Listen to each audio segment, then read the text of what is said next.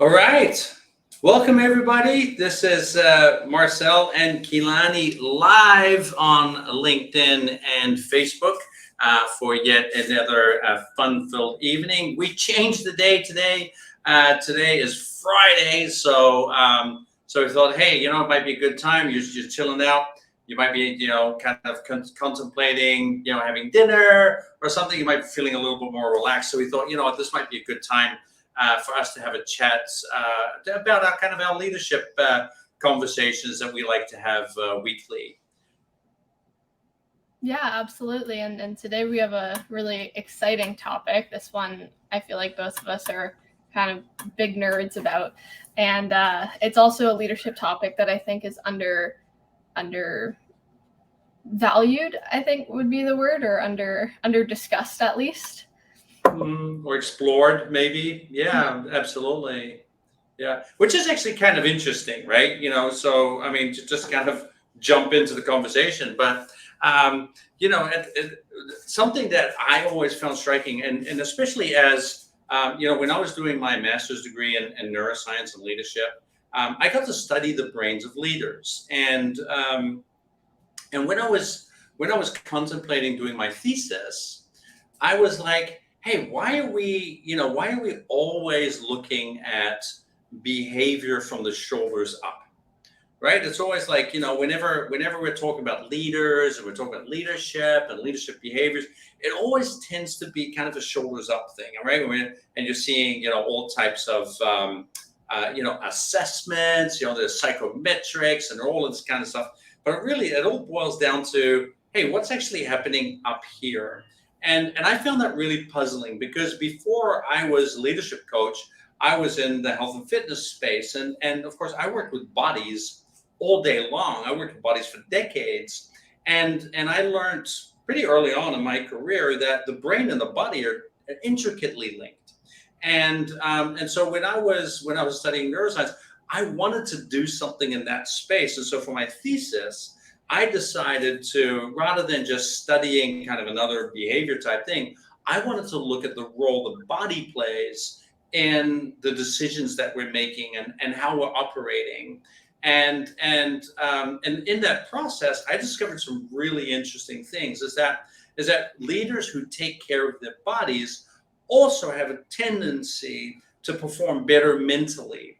And that for me was kind of like this light bulb moment, because the degree of mental performance that actually comes from kind of understanding that link of having a healthy body and all of that kind of stuff is incremental and extreme.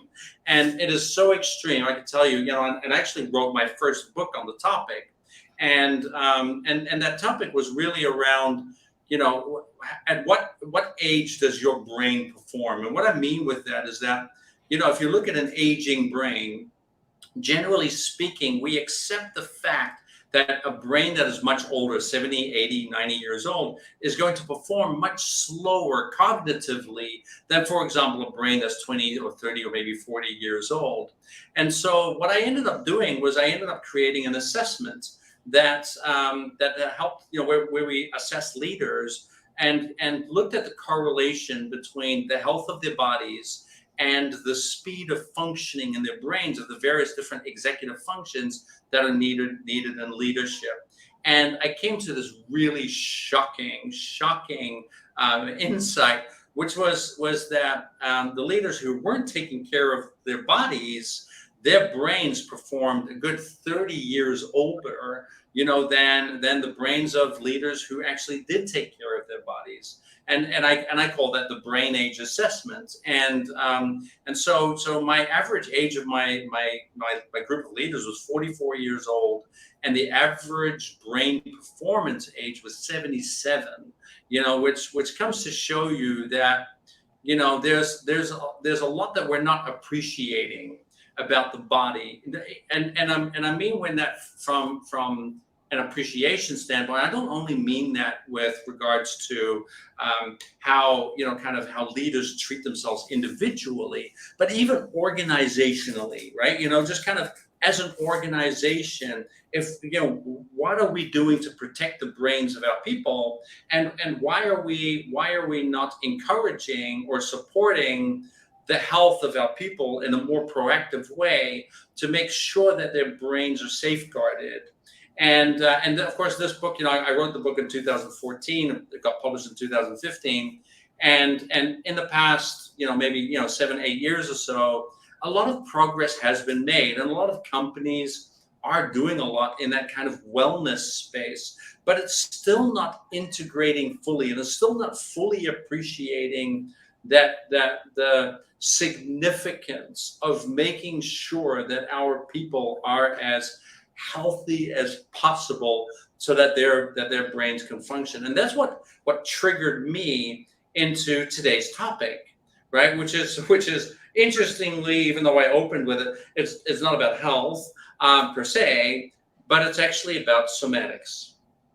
And that's something that Kilani and I are extremely passionate about, because the understanding of the body goes way, way, way, way beyond actually just understanding that, hey, if we're healthy, our brains perform better. It's actually the understanding of our bodies can even help our brains function differently. And this is really powerful, whether it's in an emotional regulation, it's decision making, all of those kind of things. But it's also, and especially, and this is important in leadership, it's also an understanding of the type of influence and the type of effect that we bring to the conversation, to each and every meeting that we're in, to each and every situation. How are we showing up somatically, right, to the situation? And is that so that physical message that we're sending through our posturing, is that then also translating into the behaviors, right, that we want to see and that we want to work on? So that's something that I thought would be a really great conversation for tonight. Yeah, that's a great topic for sure. And I mean, I love this topic as well.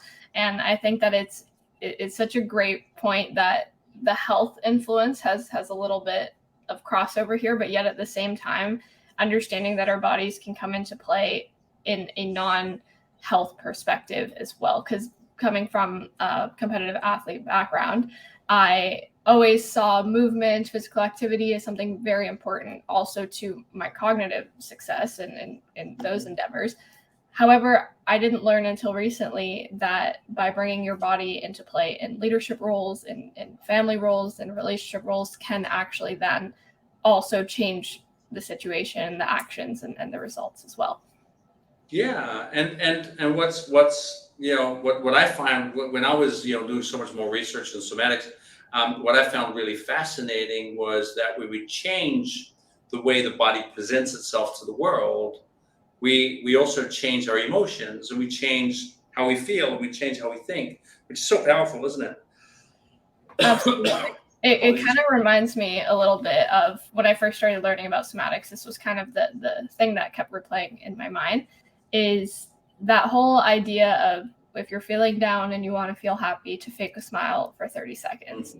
And we're taught a lot that the way that we think and feel will then influence how we act. But when we look at it kind of going backwards, we realize that it also works the other way around, is that when we physically position our bodies in a certain way, that can then directly influence how we think, how we feel. It can also influence how other people think, feel, act.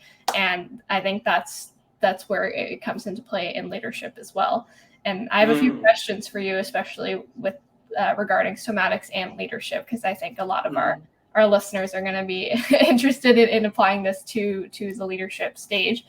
But the first question, and you kind of touched on this a little bit, but to dive a little bit deeper, what is somatics?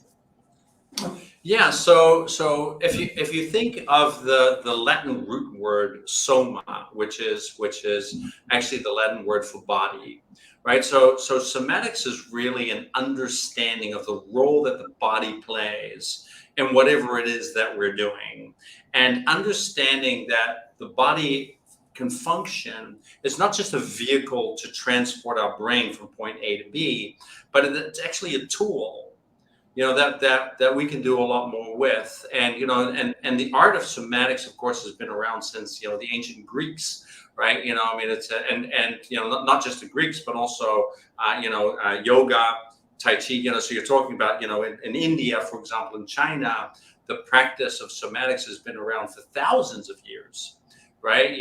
So it's not a new concept.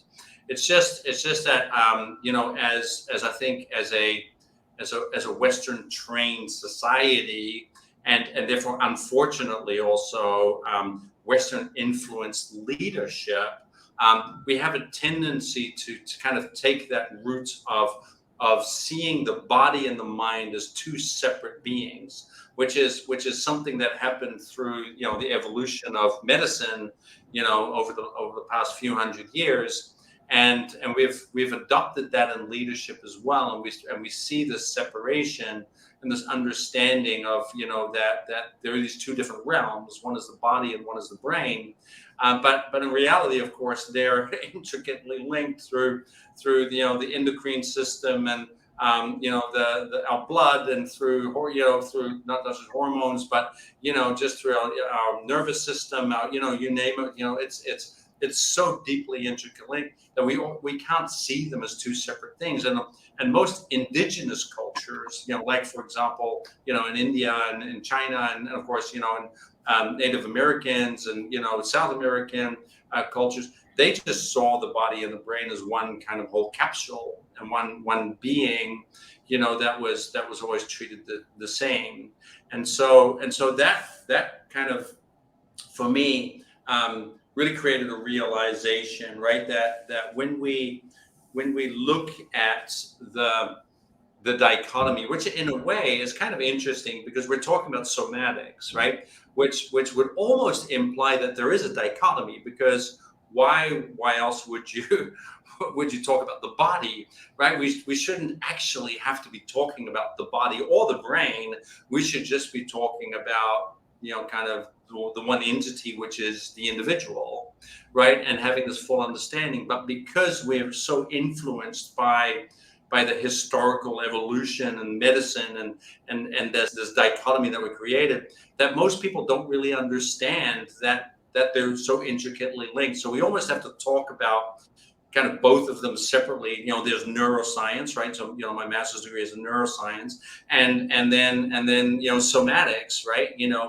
But in reality, they're so intricately linked. And the funny thing is when I was actually applying to be able to do my thesis on the subject, one of the professors at my university actually declined the proposal, because he said, this is neuroscience and we're not studying the body.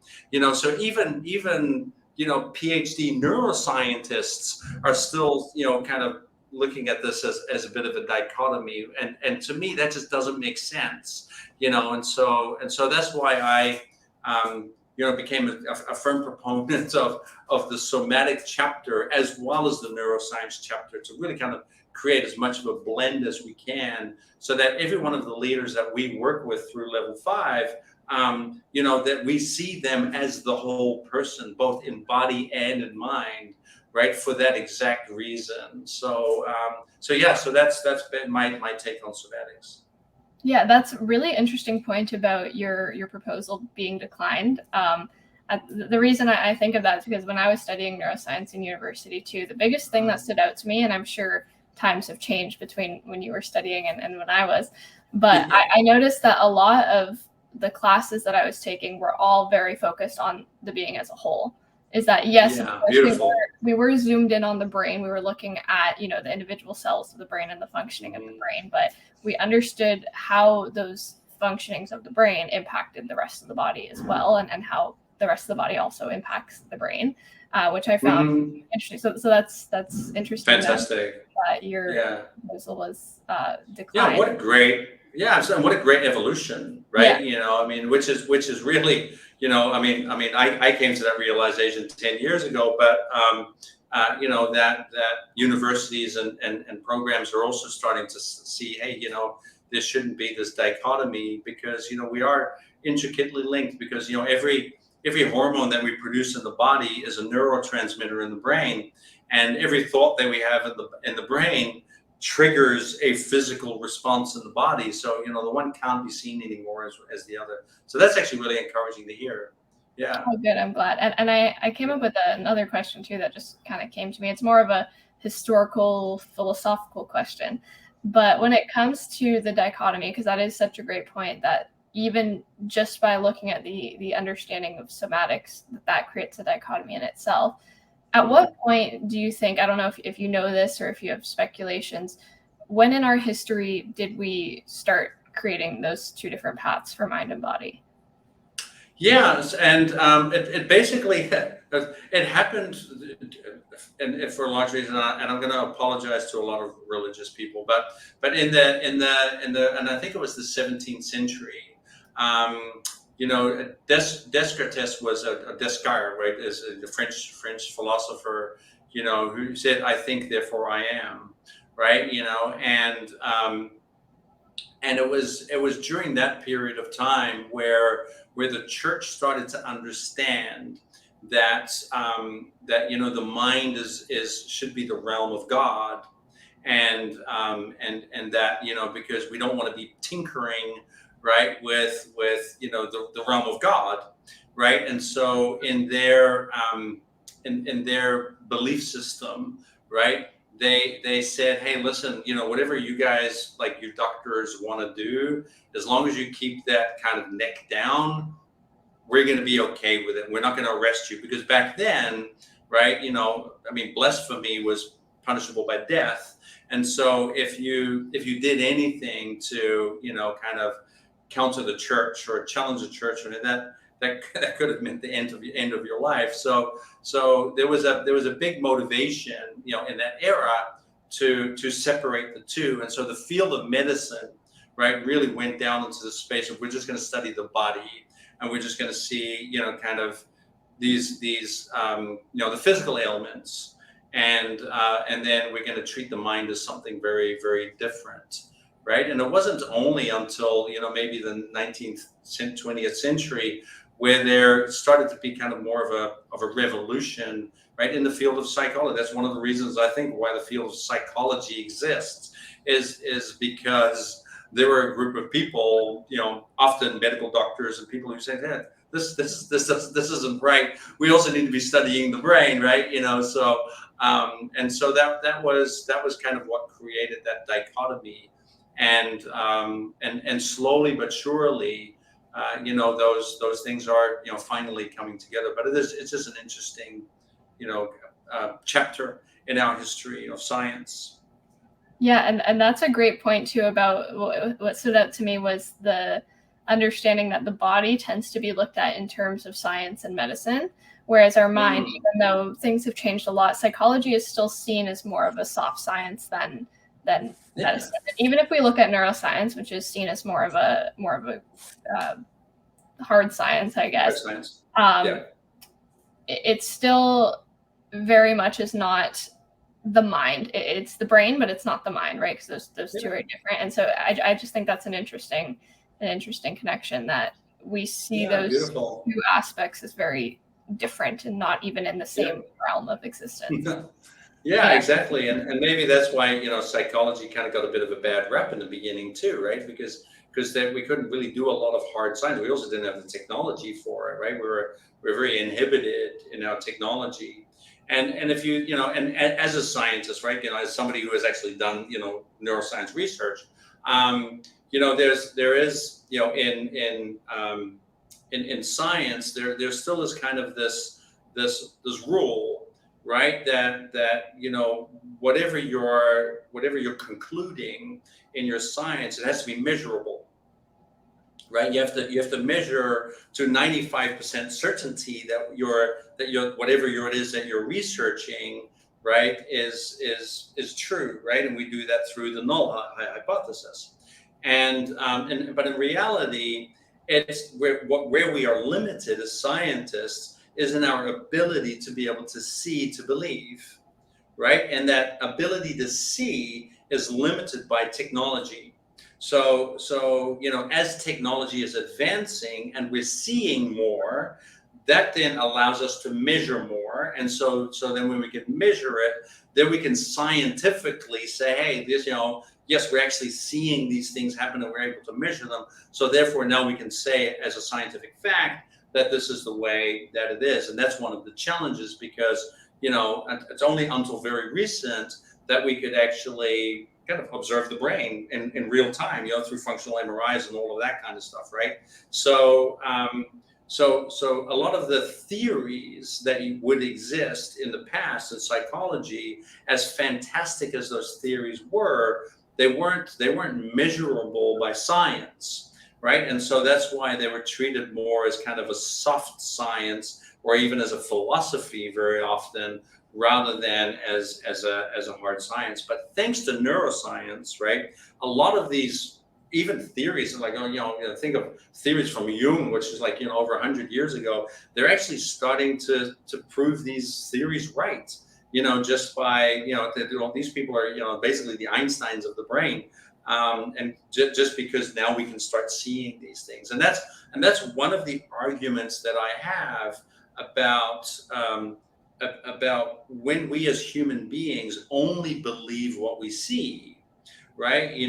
We actually limit ourselves to a very large realm of things that are actually happening outside our field of view. And if you think of that from a leadership perspective, that is so extremely important, because a leader who only believes what they see, therefore only looks at what is measurable. And what is measurable in an organization is data, right? And data very often comes from, things like revenue and, efficiency, stats, and you name it. But all of that data definitely tells them something, but it only tells them a small picture of what is actually going on, but it's the only stuff they can see. And so when we then start believing that that's all there is, and that's all we need to know to make decisions for the future, that's when we set ourselves up for potential huge blind spots that could, seriously hurt the business. A great example of that is, for example, Nokia, right? So Nokia, of course, famous mobile phones. And back in the day, my first mobile phone was a Nokia, the Nokia Banana, 1998. Super proud of that thing. It was like, I was like, Spock in Star Trek, right? So you could flip it open and, talk through the phone. It was like the coolest thing ever. And Nokia was like the number one in terms of innovation, right? With mobile phones, and their technology was amazing too. And just, from one day to another, with the introduction of the smartphone, Nokia fell behind. And and it went so fast that they ended up being bankrupt. And I remember a very famous quote from the former CEO of Nokia, where he said, we didn't do anything wrong. We just have no idea what happened. Right? And that is the learning lesson, is that if you're not prepared to understand that there is stuff going on out there in your world, that just because you can't see it doesn't mean it's not happening.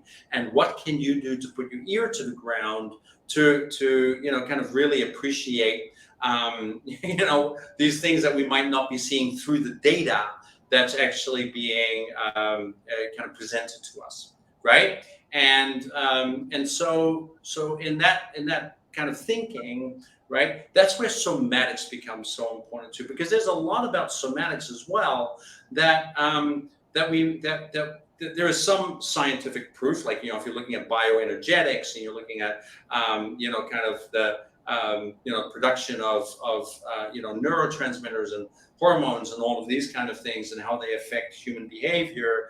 But there are also certain things in somatics that we really, not yet anyway, can really prove, other than noting people's observations that when they change their body, for example, they also change, their thought processes change and all of that kind of stuff.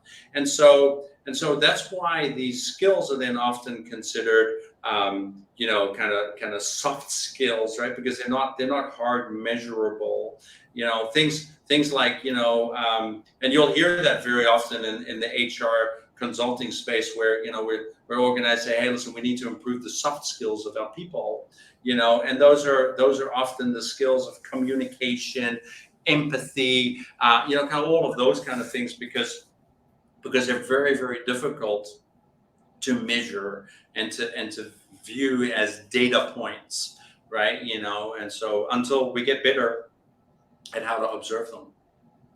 Yeah, that's a great point. And I have my last question here is a loaded question that kind of transitions perfectly from your last point, is how can we use somatics in leadership to help us become better leaders? And within that, how can we use our understanding of the 5 energies to build on that as well? Yeah, brilliant, great question. So the importance of somatics, right, is the awareness of knowing how your body is showing up, as you're showing up, right?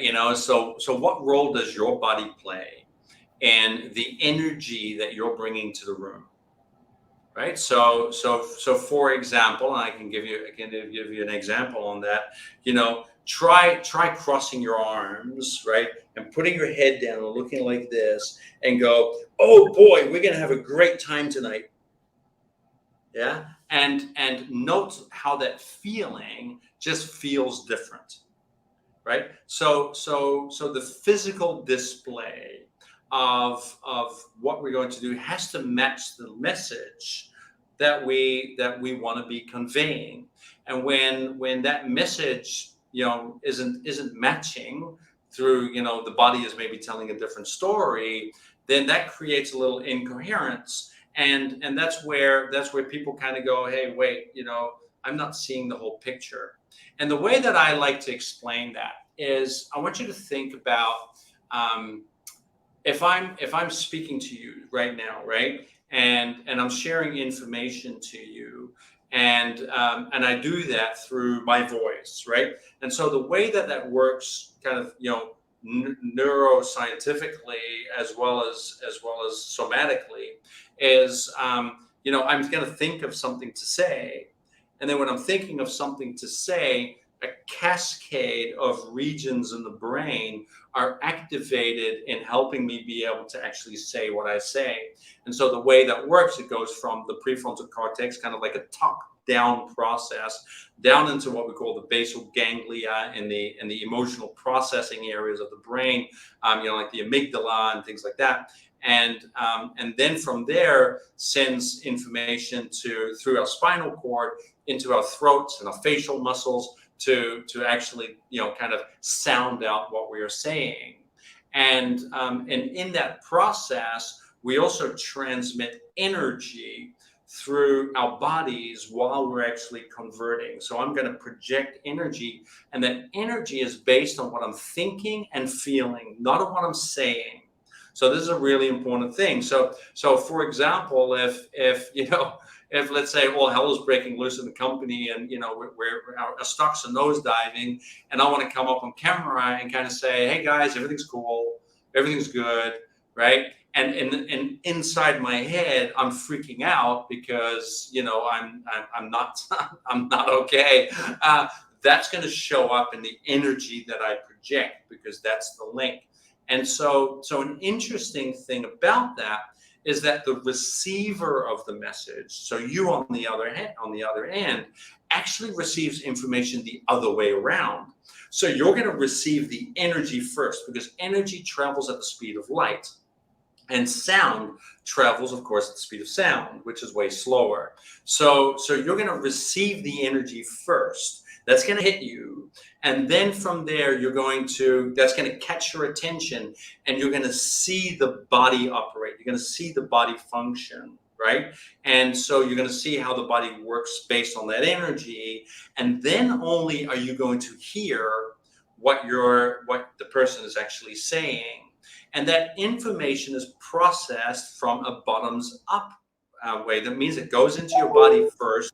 It goes, even though it's going into your ears and all of those kind of things, that has to enter into your brain through your spinal cord, and then up into the emotional centers of the brain, and then finally into that prefrontal cortex. And so what's actually happening is that top-down process of transmitting information and the bottoms-up process of receiving information, right? There's so much room for misinterpretation, right? Because basically what we hear is only 7% of the message, and people receive 93% of that message being really kind of energy and that nonverbal component of that conversation, and only 7% is really kind of the words that they're hearing, right? And we see that in animals too. We see animals from at a very basic level, right?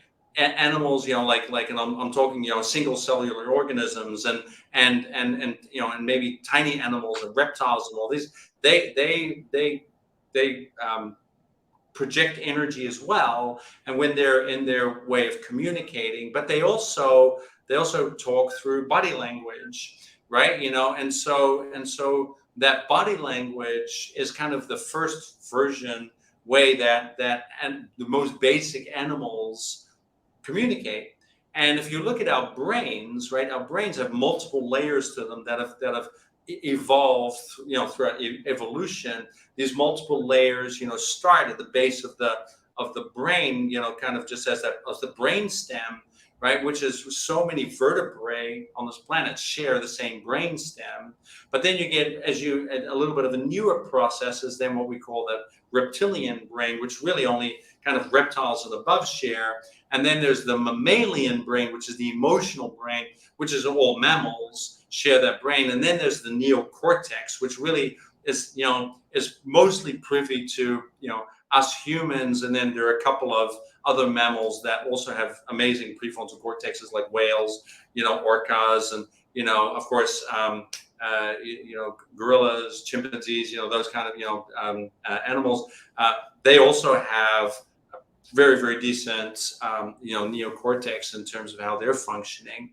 But we're the only animals that, to what we know, to what we can see and measure, right, that uses the words, that actually puts more emphasis or maybe value on the words that we're saying, rather than all the other stuff, the tonation, the body language, that whole symphony of context that would normally come with what we are saying. And we have a tendency as humans to kind of discard that when we are communicating out. But we interpret everything from that exact same way in, but we're often not necessarily aware. We don't have the same, kind of cognitive consciousness, right, about body language, about facial expressions, about energy, than we do about words. And so very often what ends up happening is, when you see conflict, for example, and people disagreements and all that, they're disagreeing over the words, but they're forgetting that they're both using a different context, when the context that the transmitter is using versus the context of the person who's receiving. And so it's almost, right, to a point where when we communicate, it's almost a miracle that we actually understand what the other person is saying. And here's the funny thing about that, is we very rarely actually understand what another person is saying. Right? So the way that we fool ourselves into believing that we know what another person is saying is by using our imagination. So we create assumptions that we think, oh, that's what this person means, and we move on, right? Rather than actually kind of say, hey, is that really what this person means? Where, should I be double checking that, that what this person actually says with that word, right? For example, the word being happy can mean so many different things to so many different people. But, when a person says, I felt really happy today, another person, that's cool, right? That's because they're both using their own interpretation of the word that comes from their own experiences, but they're not really fully understanding what that person is saying, right? They're just assuming that's the case. And that is what happens every single day in teams, in leadership and organization. There's this constant, kind of like at a microscopic level, there's this constant misinterpretation, and assumptions that are being made. And what that does is that degrades what we call the interaction quotient. And the interaction quotient is the greater the understanding is of two people that are working together, right? The higher that interaction quotient is, And what we know is that the higher your interaction quotient is, the more productive you are as a team in much less time. And productivity divided by time equals profit, right? So having these type of skills and understanding them is so very important for any organization.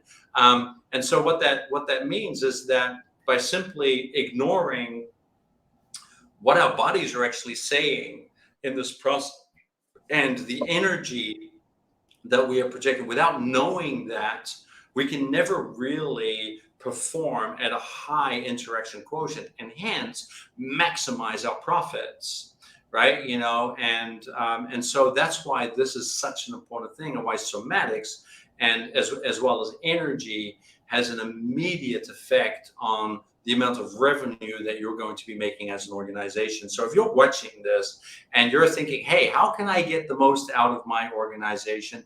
Look at your interaction quotient in your organization and look at whether or not you can measure the quality of the interactions. You can measure that by the number of misinterpretations and the number of conflicts that drag on, that don't get resolved quickly, that delay processes, that delay kind of entire projects, simply because that interaction quotient is low in a team. And by raising your interaction quotient, you'll immediately raise the profit in your organization as well. So if you haven't considered somatics in leadership, I highly recommend you look into it. Thank you for sharing that. I love the interaction quotient idea. It's such a great tool to use to be able to help you communicate with your team. And a big question that I get a lot with leaders is, how do I get my team to do what I want them to do? And I think that's a common human relationship thing that happens in really any relationship, but also especially in leadership. And the understanding and using the interaction quotient plays a huge role in creating that. Yeah, exactly. Because if they're not doing what you want them to do, chances are your interaction quotient's really low. Yeah. Right? So the answer would be raise your interaction quotient. Yeah. And so of course then the next question is going to be, so how do I do that? And that would be, you got to start learning, and that happens through organizations like us, right? And start investing in your people learning how to interact better with each other, so that they can get more done in less time. Yeah. Perfect. Yeah, absolutely. That's the last question that I have for you, but was there anything else that you wanted to touch on? No, not really. You know what? Actually, before we close off, also having the understanding, and I think this is also so important, is of the role that the body plays in emotions, right? Because a lot of the leaders that we work with, right? There's always this conversation around emotional regulation, right? And how do I build my resilience, and how do I do all of that kind of stuff? And we have a tendency to look at that from kind of like a face on ways, like in terms of like, hey, listen, I'm feeling anxiety lives in my brain, so therefore I need to think differently and I need to do things differently with my brain. But because the body is so directly connected with the emotional centers of the brain, is that when we change the shape of our body, and what I mean with that is, for example, in any moment where my body feels contracted, for example, and I'm feeling horrible, by changing my body position from being contracted, like being in this position, to being expanded, does that then also automatically change how I feel? And the answer to that is yes. So there's a direct link between the posture of your body, right, and the emotional centers in your brain. And if we look at the word emotion, right, 85% of the word emotion consists of the word movement, motion, right? And so when we change the body, we change the way the body moves, we change our emotional state. And when we change our emotional state, we can also change how we think, because thinking and emotions are directly linked, right? So if you're ever in a situation where you need to do problem solving, or where you feel frustrated, or any of that kind of stuff, and you feel like you've tried everything from that kind of head-on approach, and kind of say, oh, I'm trying to change my thinking, and it's not working. Try changing your body, and try changing the shape of your body, and see if that kickstarts things for you and puts you in a different position where you might actually be able to manage your stress better, and problem solve better, and come up with different strategies better, and learn how to say no better, and all of those kind of things. And there's so many different ways in terms of how we can use the body, and that's of course way too much information for tonight. But that could be another great topic if listeners ever wanted to have a chat in that space. We can explore some of those techniques and stuff like that as well. Absolutely. And something to mention for our listeners as well is, if there's a specific topic that you want us to discuss or touch on, feel free to drop it in the comments on wherever you're listening. And we will most definitely do an episode on that topic, and as well even maybe take it into the leadership gym as well, so that we can practice and work with that subject as well.